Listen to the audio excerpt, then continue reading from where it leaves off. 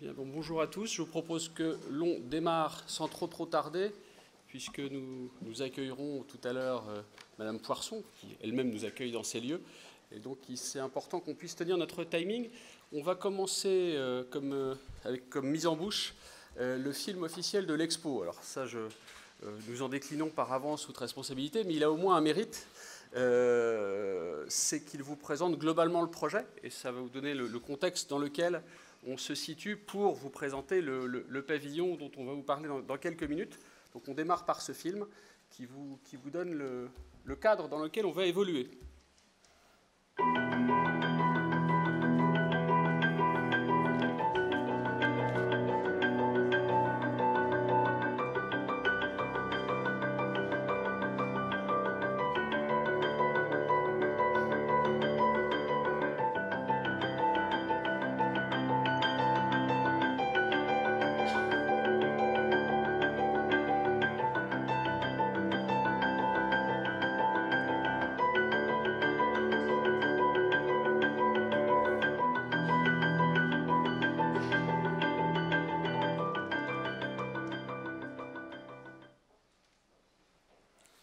Voilà, c'était rapide, mais au moins ça vous donne une tonalité, une couleur d'ensemble du projet. Bien, écoutez, bonjour à tous, merci à vous d'être aussi nombreux, c'est formidable. On a même du monde debout, c'est quand même, comme dans le surbooking aérien, le meilleur signe que l'objectif est atteint. Merci à vous tous d'être ici. Comme je vous le disais, pour nous, c'est un moment important, puisqu'au fond, c'est le premier grand jalon de notre projet qui a été lancé il y a maintenant presque pas loin de 18 mois, en tout cas fin 2017. Ce projet avait finalement deux objectifs. Un premier, c'était la décision prise par l'État à l'automne 2017 de créer un opérateur qui sera chargé de manière durable et pérenne de porter les participations françaises dans les expositions universelles et internationales. Vous savez que la prochaine exposition internationale aura lieu à Buenos Aires en début 2023 et la prochaine exposition universelle après celle de Dubaï à Osaka, puisque Paris n'étant plus candidat, ils n'ont pas eu le choix, ils ont été obligés de prendre le Japon. Et donc ça, c'était un premier objectif. Le deuxième, c'est évidemment de réussir le projet dont on va parler ce matin, qui est la participation à l'exposition universelle de Dubaï en 2020. Donc sur le premier point, vous donnez un peu le niveau d'ambition et d'objectif que notre maison mère État nous avait fixé à ce moment-là, qui était un peu sur le modèle, on a un modèle qui nous plaît beaucoup, qui est le modèle suisse, puisque les Suisses ont créé une institution qui s'appelle Présence Suisse, qui est chargée de porter l'image de la Suisse à l'international, qui est une très belle réussite et qui est notamment chargée d'organiser les pavillons suisses dans les expositions universelles. Et l'idée, c'était d'avoir, au fond, de disposer, à travers Cofrex, d'un outil qui soit capable d'abord de porter un projet relativement complexe, d'associer des partenaires et des financeurs publics comme privés, tout ça pour assurer une meilleure efficacité dans la gestion de ce projet.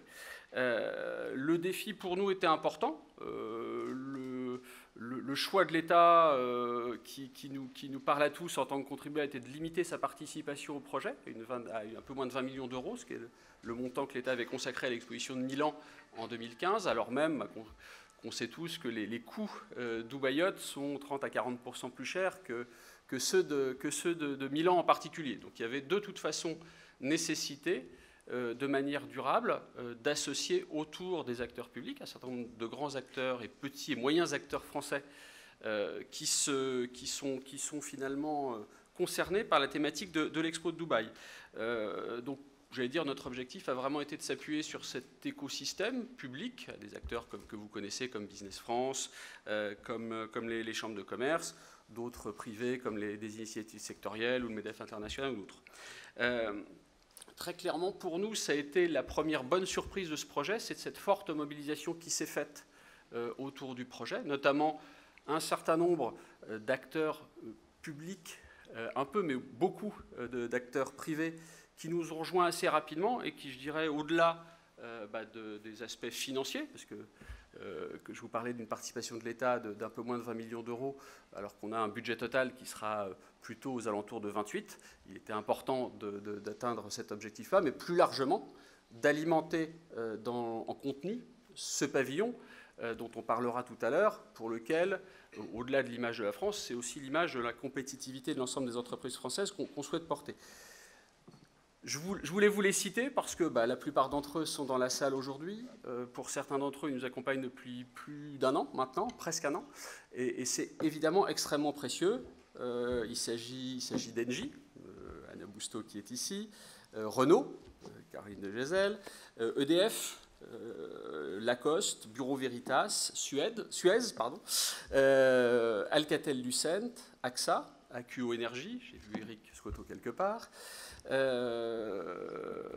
la RATP, AT Kearney, Schneider, IFF et le dernier à nous rejoindre hier, mais d'autant plus important, le Conseil régional d'Île-de-France, avec un appui très important et qui nous est extrêmement précieux de Valérie Pécresse et de toute son équipe sur le projet.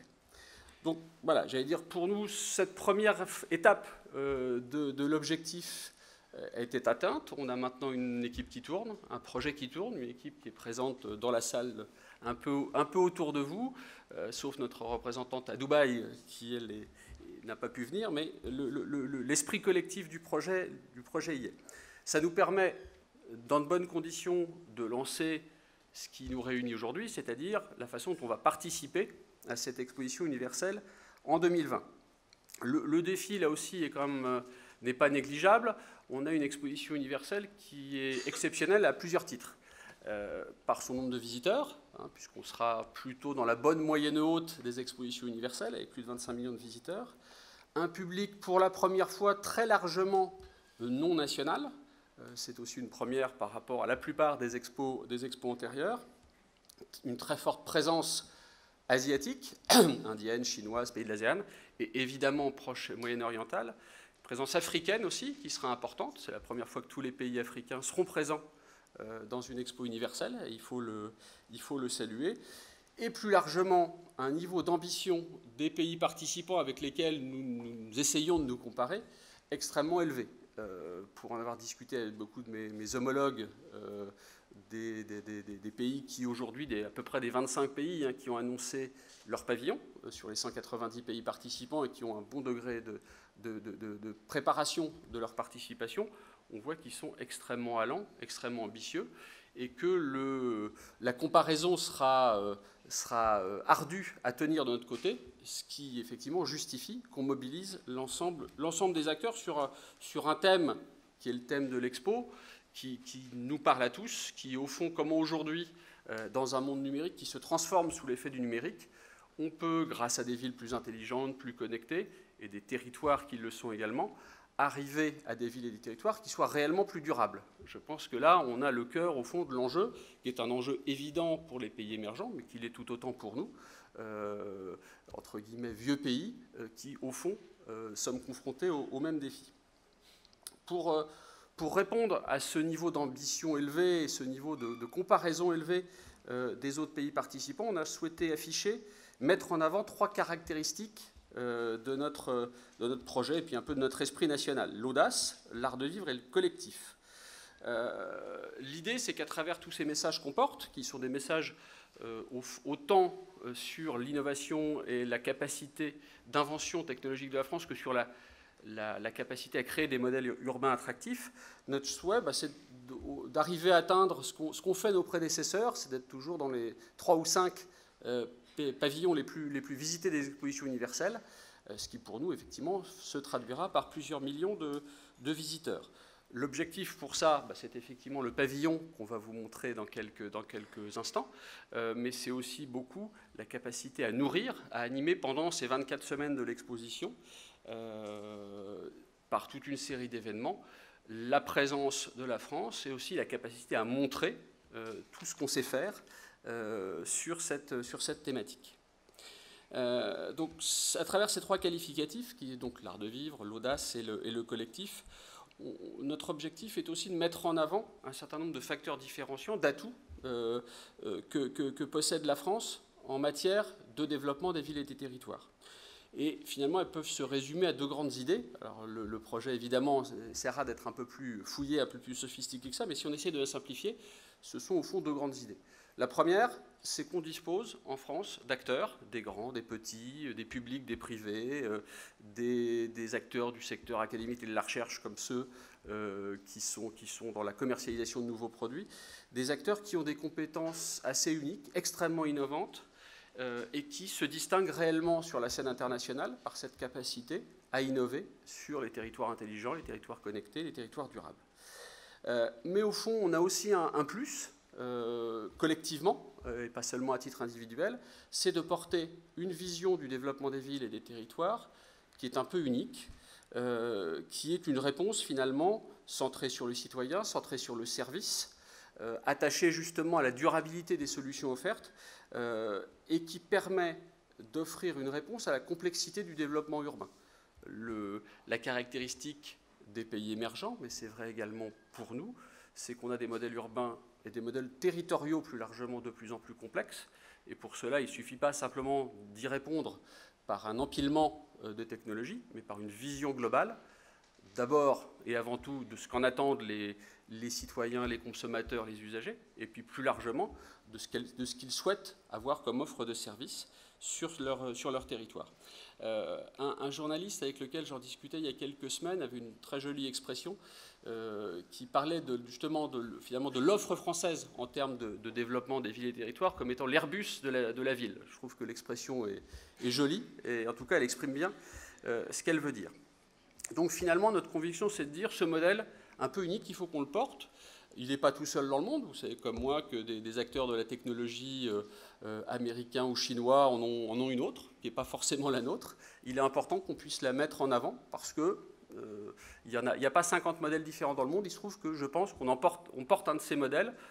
On a la conviction que ce modèle a ses vertus et qu'il peut présenter une vraie valeur ajoutée, notamment pour ces pays émergents. Et c'est tout le sens du travail que l'on a mené.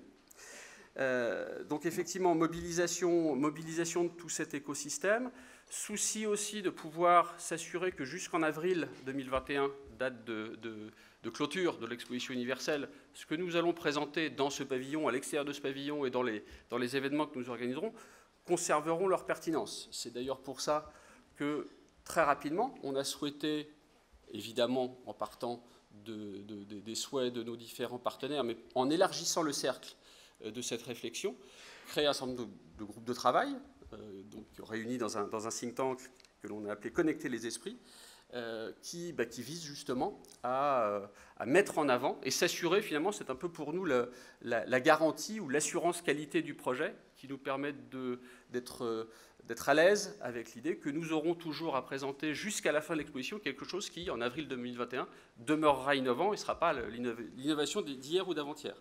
Alors on a un certain nombre de présidents de nos groupes de travail. J'ai vu Jacques Moulin, François Barrault dans la salle. Je crois que Caroline Parot devait être là également. Jérôme Miara. Allez, voilà, je la cherchais. Donc voilà, on a un certain nombre d'acteurs qui ont accepté de prendre sur leur temps. Je vois Marc Boissonnet aussi un peu plus loin. Un certain nombre d'acteurs impliqués, souvent chefs d'entreprise, qui ont accepté de prendre sur leur temps pour participer à cette réflexion, animer des groupes, et on sait que ça prend du temps, même quand on essaye de restreindre le travail qui est investi. Donc merci vraiment à eux, c'est extrêmement important. Deux d'entre eux ne sont pas là aujourd'hui, je pense à Isabelle Cocher et puis à Stéphane Richard. Ils ont eux-mêmes souhaité s'impliquer personnellement dans ces travaux, et je les en remercie également. Voilà, pour terminer, parce que je sais que vous attendez tous quand même la présentation du pavillon, c'est quand même le plus important de notre réunion aujourd'hui.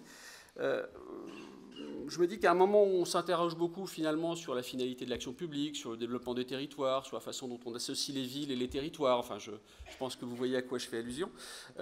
Pour moi, ce projet, il a une vertu, c'est d'abord il présente des choses concrètes, et je pense qu'au-delà des discours, on a besoin de réalisations concrètes pour susciter l'adhésion, et puis il offre une vision optimiste de notre propre développement, mais aussi de notre capacité à apporter des choses au développement, notamment des pays émergents au sens large, je pense notamment aux pays africains, comme je le disais, qui seront très présents, ben, c'est finalement un peu un petit modèle français qui marche, en tout cas c'est notre objectif, de le faire marcher, avec des architectes, des scénographes créatifs, une forte implication, comme je le disais, des entreprises, des plus petites aux plus grandes, la valorisation de projets territoriaux qui vont venir de toutes les régions françaises, et puis in fine la sobriété du coût pour l'État, qui est évidemment un sujet qui nous tient tous à cœur.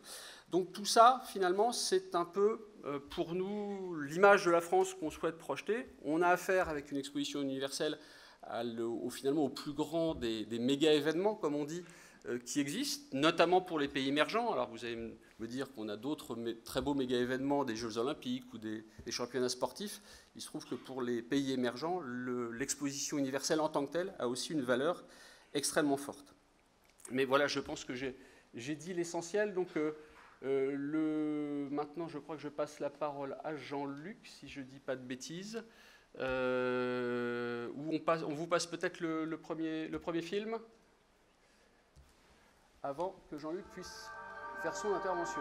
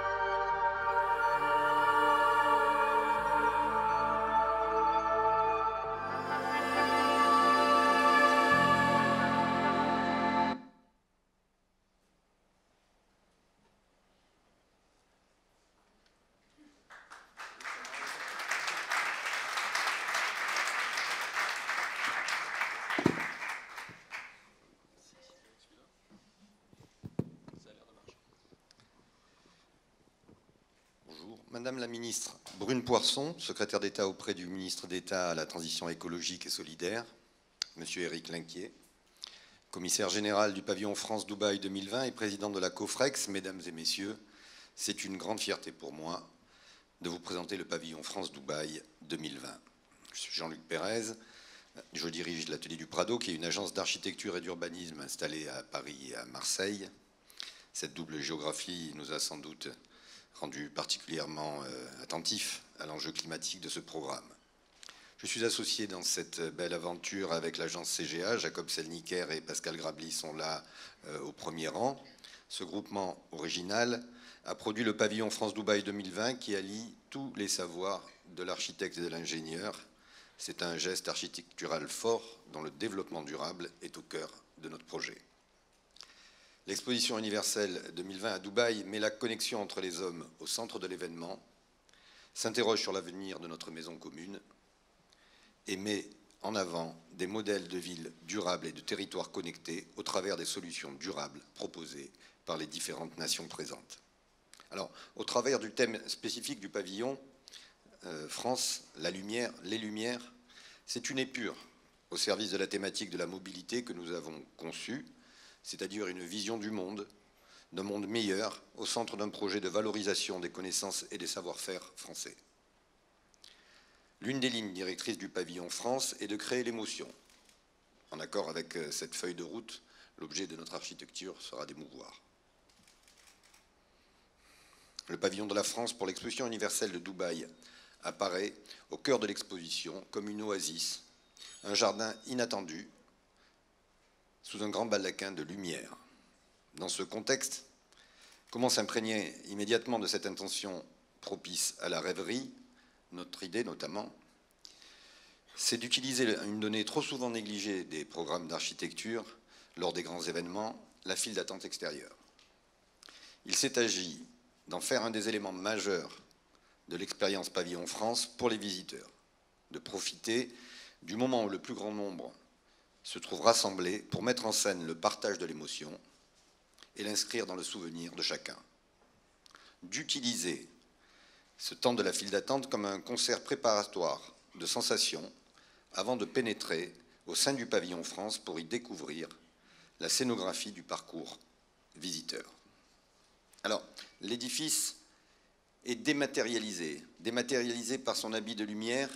Il apparaît alors comme un phénomène optique, comme un océan de lumière battant le rythme du plaisir d'être ensemble, se jouant par le biais du reflet, du réel et des codes de la construction. Le parvis du pavillon devient alors ce singulier lieu public, lieu refuge, privilégiant la sensation par la syncope des images, une heure, peut-être plus, où l'attente deviendra désir de France. Rendez-vous propice à l'expérience du ressenti, de l'étonnement et de la poésie dématérialisée. Le Pavillon France, c'est un espace de partage ouvert à tous, ouvert au plaisir d'être ensemble, propice à la diffusion des connaissances, des savoirs et à l'émotion, qu'il met en scène dans un dispositif qui dépasse les frontières habituelles d'un bâtiment, puisqu'il vient littéralement fusionner la matière et la lumière. Ce n'est pas une construction inerte, c'est un émetteur de sensations. Le Pavillon de la France est un corps vivant en perpétuel renouvellement.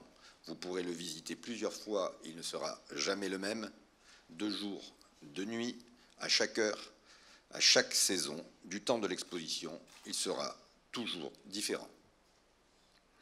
De jour comme de nuit, son architecture se dématérialise, offrant à tous les yeux ses 1800 mètres carrés de matière-lumière, ce qui équivaut à 2 fois la surface de l'écran de la géode, préparation sensitive aux événements qui se dérouleront à l'intérieur du Pavillon France.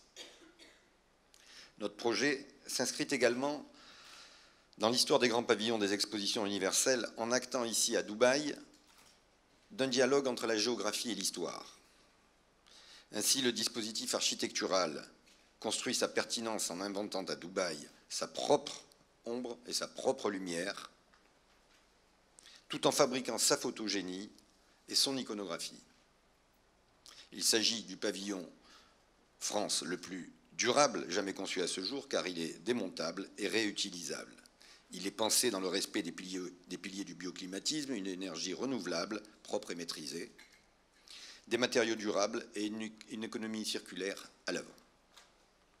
Sur son toit et sa façade arrière, le pavillon France est un écrin littéralement recouvert de tuiles écailles photovoltaïques qui assurent son autonomie énergétique. Le dispositif a été élaboré afin d'évoquer également les touches impressionnistes des jardins des tableaux de Monet.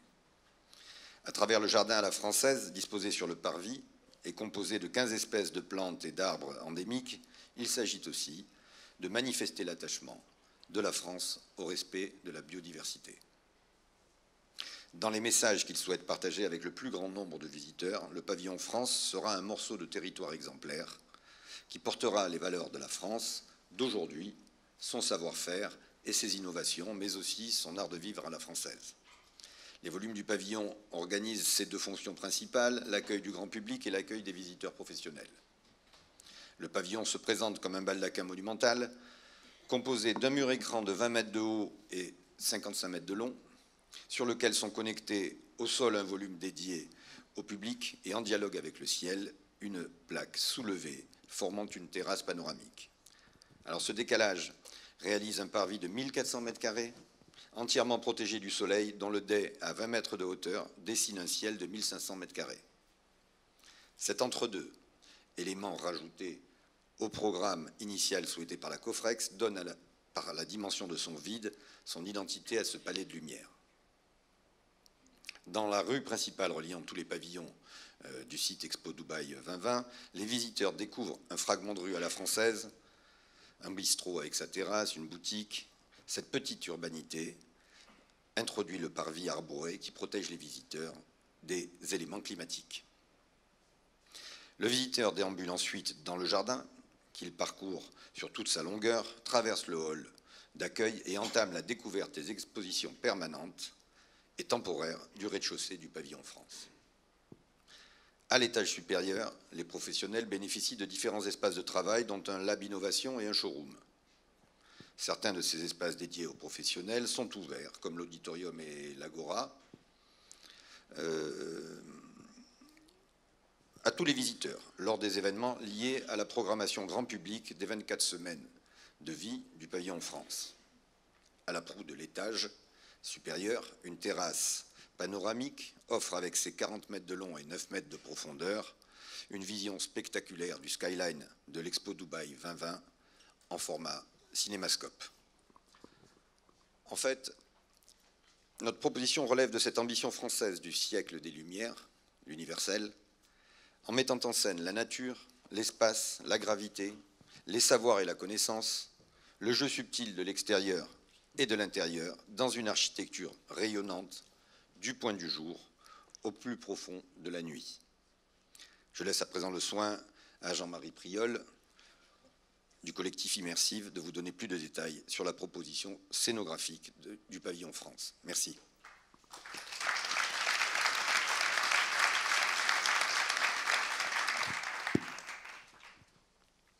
Merci Jean-Luc. Bonjour, je suis Jean-Marie Priol, le directeur artistique et représentant du groupement Immersive, qui est composé de Museum Manufactory, qui est un concepteur, producteur de lieux culturels, Dux Scéno, spécialiste de la scénographie, et SNEC, créateur lumière.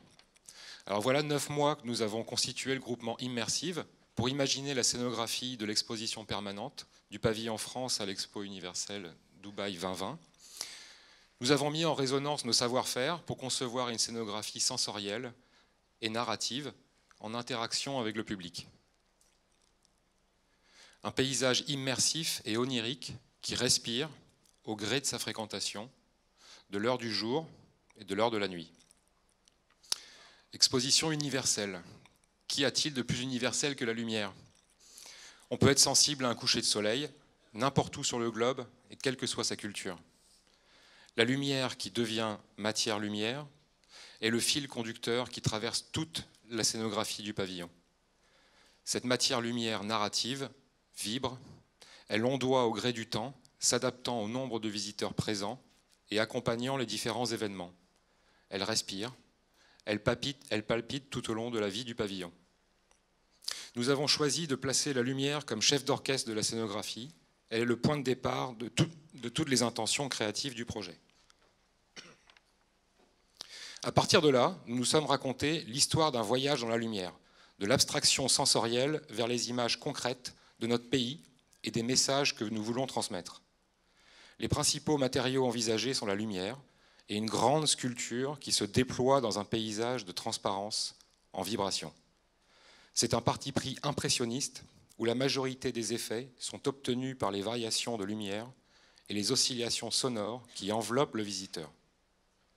À l'extérieur, avant même de révéler la scénographie, le visiteur parcourt le parvis-jardin du pavillon France, animé par une mise en lumière en perpétuel renouvellement qui annonce le paysage de sensations intérieures que le visiteur découvre une fois franchi le hall d'accueil. À l'intérieur, le visiteur parcourt les 800 mètres carrés d'un nouvel espace-temps composé de lumière, de fragrances et de sons. Ici, l'architecture s'efface au profit de la sensation. C'est une promenade de l'abstrait vers le concret, de l'universel vers la France. Cette promenade est organisée en 3 temps. La première expérience du visiteur est d'abord une émotion pure. Il est littéralement baigné dans un univers lumineux et sonore, sensible et narratif, immergé dans une matière universelle qui réagit au déplacement du public. C'est une promenade dans la lumière. Le deuxième temps est plus exploratoire, articulé autour d'un phare lumineux, une colonne centrale rayonnante, en bref, une allégorie de notre iconique Tour Eiffel. Le visiteur est ici invité à explorer les différentes facettes de la vision française de la mobilité, dans un espace totalement modulable qui multiplie les possibilités d'exposition. Projection circulaire, plateau unique ou organisation de l'espace en différents modules destinés aux partenaires exposants. C'est une promenade dans l'innovation. Et enfin, le troisième espace de la scénographie nous projette dans les paysages sonores et visuels français à travers une mise en scène des sons et des images de la mobilité. On s'immerge dans une sensation France qui nous enveloppe et se déploie jusqu'à la sortie de l'exposition permanente. Des expositions temporaires sont également accessibles à ce niveau du bâtiment, déployant une série de thématiques tout au long de la durée de l'exposition universelle. C'est une promenade en France. Nous vous donnons donc rendez-vous à Dubaï en octobre 2020 pour partager avec l'ensemble des visiteurs de l'exposition universelle ce voyage dans l'immersion, la perception et la réflexion. Alors je laisse maintenant la parole à Sonia Rolland pour nous présenter le... Ah non, pas du tout, je passe d'abord le micro à Éric Linquier. Merci. Merci Jean-Marie. Et merci Madame la Ministre de nous avoir rejoints et surtout de nous accueillir aujourd'hui parce que vous faites beaucoup pour ce projet. D'abord, vous en présidez le comité stratégique et c'est pour nous un appui extrêmement précieux. Et de pouvoir faire cette présentation aujourd'hui au ministère est pour nous un vrai symbole de cette implication de vous-même et du ministère sur ce projet. Peut-être deux mots, mais Sonia sera infiniment plus éloquente que moi pour vous parler du film que vous allez voir. Comme le disaient Jean-Luc et Jean-Marie, ce pavillon, il est un message en lui-même. On sait qu'il est le plus durable de tous les pavillons construits dans les expositions universelles par la France, mais il a aussi vocation à porter un message justement sur ce message de la France durable et de ce qu'elle souhaite porter dans une exposition et dans un contexte universel. D'où l'importance pour nous de compléter ce bâtiment dont vous avez vu les images, dont vous verrez prochainement la maquette, par ce film dont Sonia a accepté de porter la direction artistique et qui justement vise, alors il sera en l'occurrence en version française et en version anglaise, donc normalement accessible à tout le public de l'exposition, pour porter ce message justement qui est qu'au-delà d'un bâtiment aussi beau et aussi durable soit-il, c'est plus globalement sur une politique et sur des actions en matière de développement durable qu'on souhaite être visible, être présent durant cette exposition. Donc vous allez d'abord voir le film et je pense qu'ensuite Sonia nous en parlera un peu de manière plus détaillée.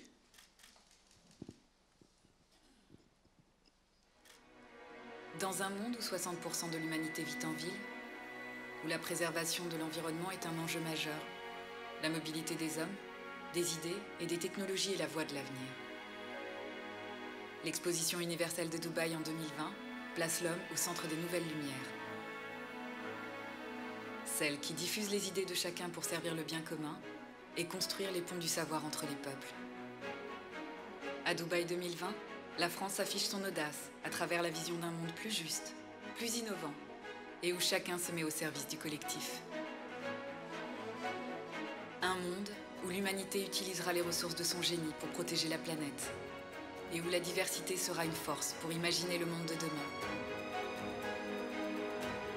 L'art de vivre, le patrimoine, les territoires, l'innovation, la recherche, l'industrie, le savoir-faire.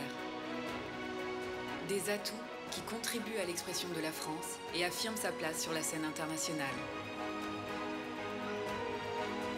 Intelligent, recyclable, le pavillon France Dubaï 2020 offre une mise en lumière des ambitions et des opportunités d'avenir. À partir du 20 octobre 2020 et pendant 6 mois, à travers sa participation à l'exposition universelle, la France propose des solutions accessibles, innovantes et durables au service des nouvelles générations. Bienvenue sur le pavillon France.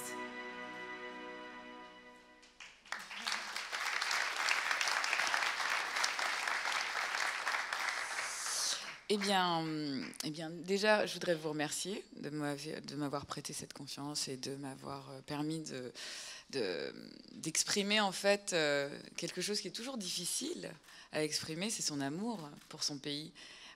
Dans un contexte assez animé ces temps-ci, il est très difficile de pouvoir déclarer sa flamme à la France sans être parfois un peu critiquée. Et je trouve ça dommage.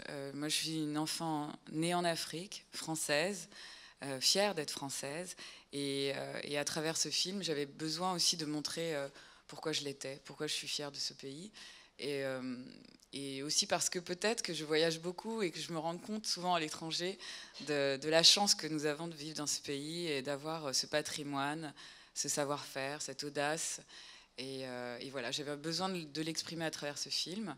Je remercie aussi votre bureau d'architecte de m'avoir envoyé ces images qui sont merveilleuses et qui décrivent parfaitement ce pavillon. C'était très difficile de pouvoir se projeter dans quelque chose qui n'existe pas encore, d'où d'ailleurs l'importance d'avoir des images parfois et diriger un film sans avoir aucune forme de projection. Il fallait tout imaginer, tout inventer. Et heureusement que la France nous offre de très belles images pour pouvoir alimenter justement ce genre de film.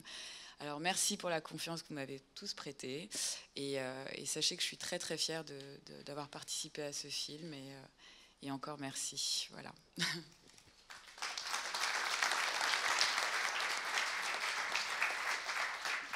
Merci infiniment Sonia, et c'est effectivement une très très belle réussite. Peut-être vous dire quelques mots de rappel de notre calendrier des mois à venir, puis après Madame la Ministre pourra conclure cette partie de présentation.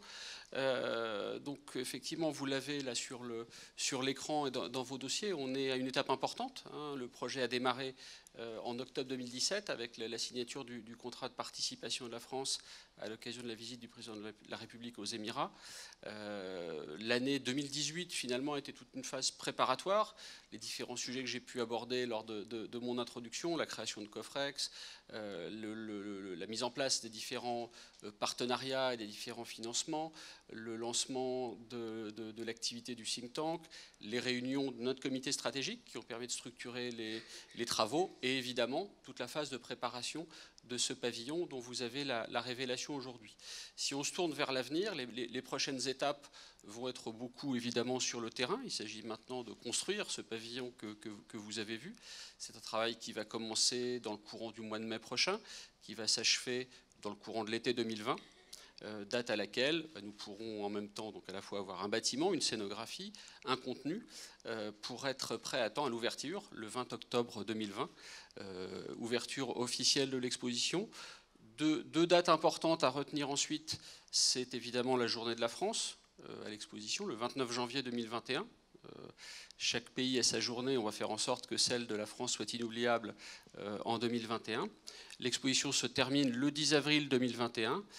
Et dernier élément qui va dans le sens, et c'était un de nos souhaits importants, de la durabilité de ce bâtiment, nous aurons ensuite 6 mois pour le démonter. Il y a aujourd'hui plusieurs projets de réutilisation de ce bâtiment qui sont en train d'être discutés. Notre objectif, c'est que dans les prochaines semaines, l'un d'entre eux soit finalisé et que l'on puisse assez rapidement vous dire au fond quelle sera la deuxième vie de ce pavillon après avoir été un pavillon d'exposition universelle. Voilà, c'était très rapide. Je vais me tourner vers vous, Madame la Ministre, si vous pouvez nous dire quelques mots. Et puis je pense qu'ensuite, il y aura une séquence de questions-réponses dans la salle. Bonjour à toutes et à tous. Bienvenue à l'Hôtel de Roquelaure. Bienvenue au ministère de la Transition écologique et solidaire. C'est toujours un très grand plaisir de vous accueillir ici, surtout autour de projets très positifs, aussi positifs que celui-là, qui visent à montrer un peu ce que la France a de meilleur à montrer, à présenter.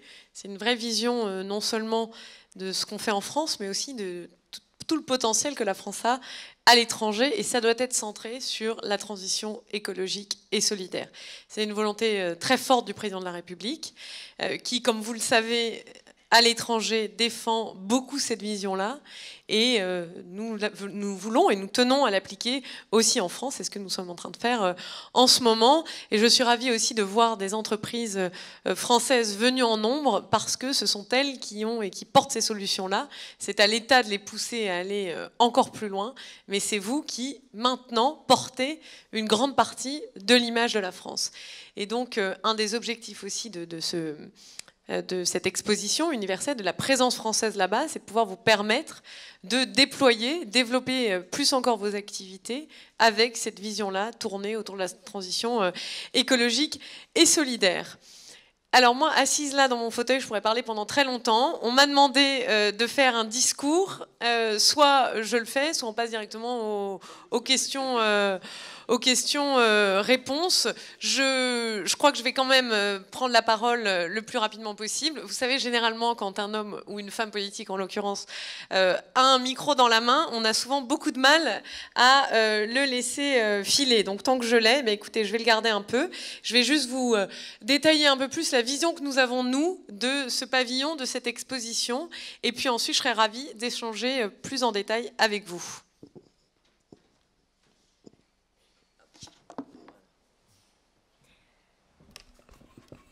Donc à nouveau, bonjour à toutes et à tous. Bienvenue, comme je le disais, à l'hôtel de Roquelaure.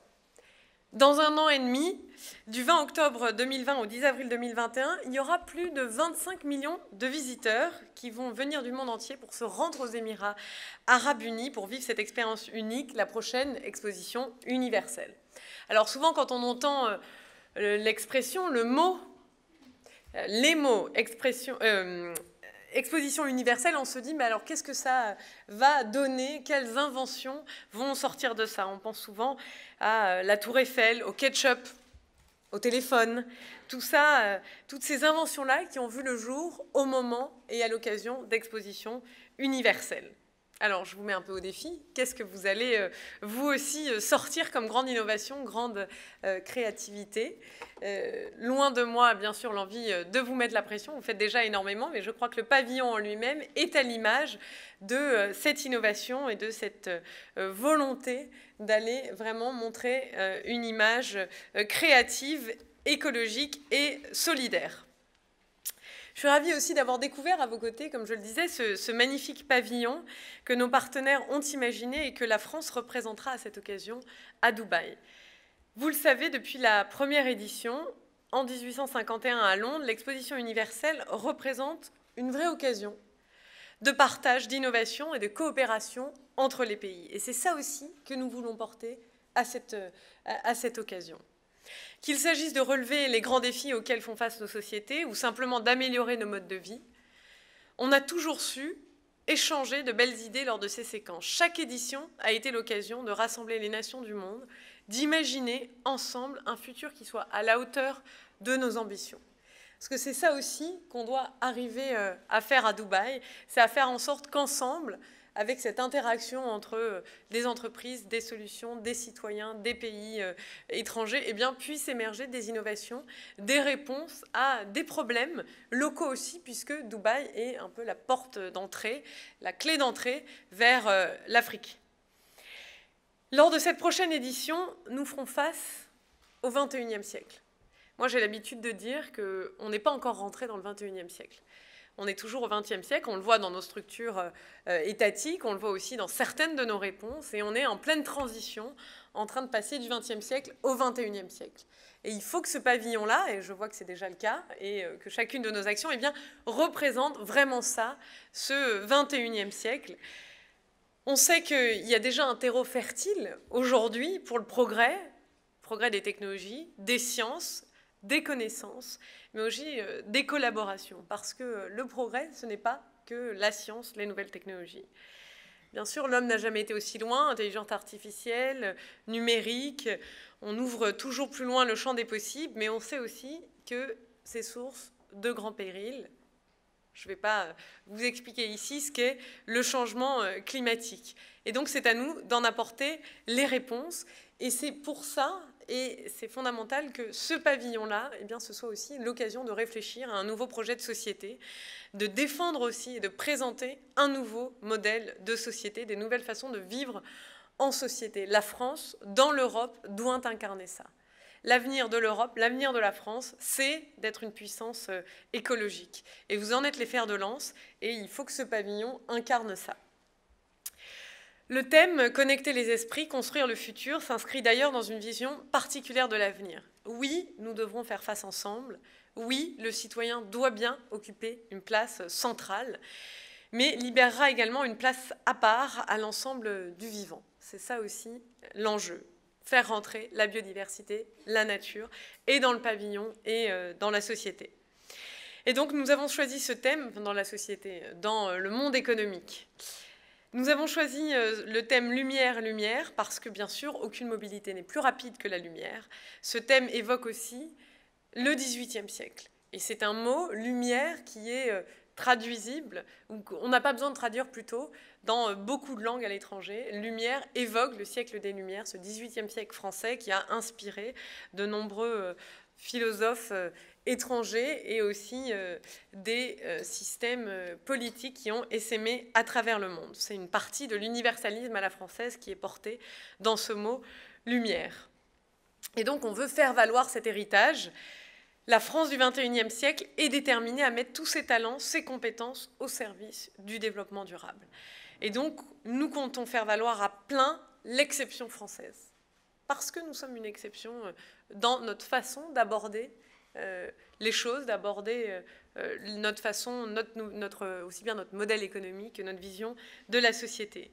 C'est les pépites de la tech, les savoir-faire aussi à côté centenaire. Tout ça, on doit prouver à Dubaï que l'ambition française, c'est aussi une ambition qui est aussi audacieuse qu'écologique. Le président de la République, Emmanuel Macron, et je sais que vous l'avez rappelé, a eu l'occasion de répéter lors du Forum économique franco-émirien de Dubaï en novembre 2017 que l'exposition universelle de Dubaï représentait une occasion incontournable d'ouvrir ensemble de nouvelles perspectives, de lancer de nouveaux projets. Et c'est vraiment à ça que cette exposition-là doit servir. C'est un projet de collaboration, mais qui doit être une plateforme pour vous, je pense notamment aux acteurs économiques, une plateforme et pour aller conquérir de nouveaux marchés et pour développer de nouvelles solutions. En tout cas, il faut que ça vous soit le plus utile possible.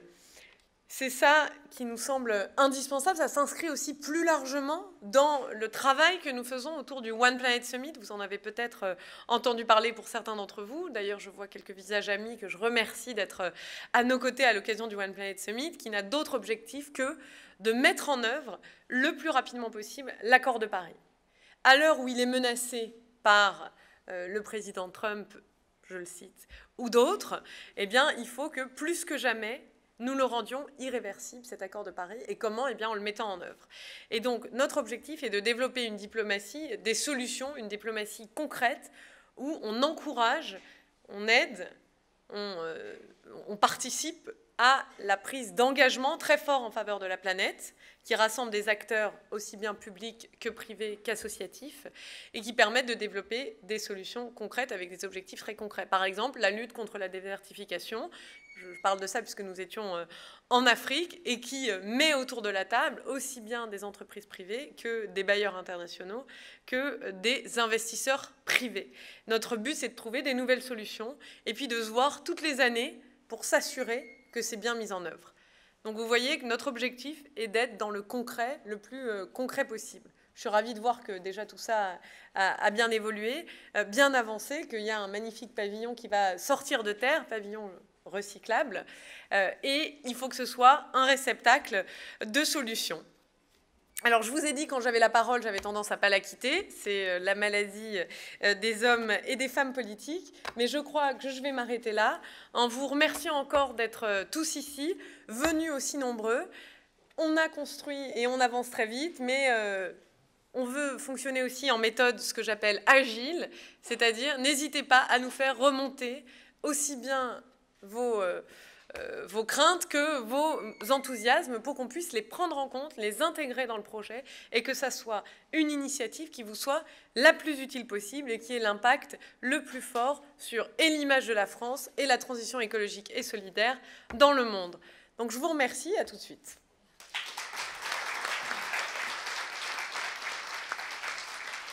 Merci infiniment, Madame la Ministre, pour ces propos inspirants qui, depuis plus d'un an, nous aident infiniment dans la conduite de ce projet et pour les mois qui s'ouvrent, ce sera également le cas. On va vous présenter la maquette maintenant. Vous avez vu le film de ce pavillon, voilà la maquette qui, après quelques secondes de chauffe, devrait en plus être lumineuse puisque, comme on l'a dit, la lumière est un des axes importants de notre présence et de notre visibilité à Dubaï.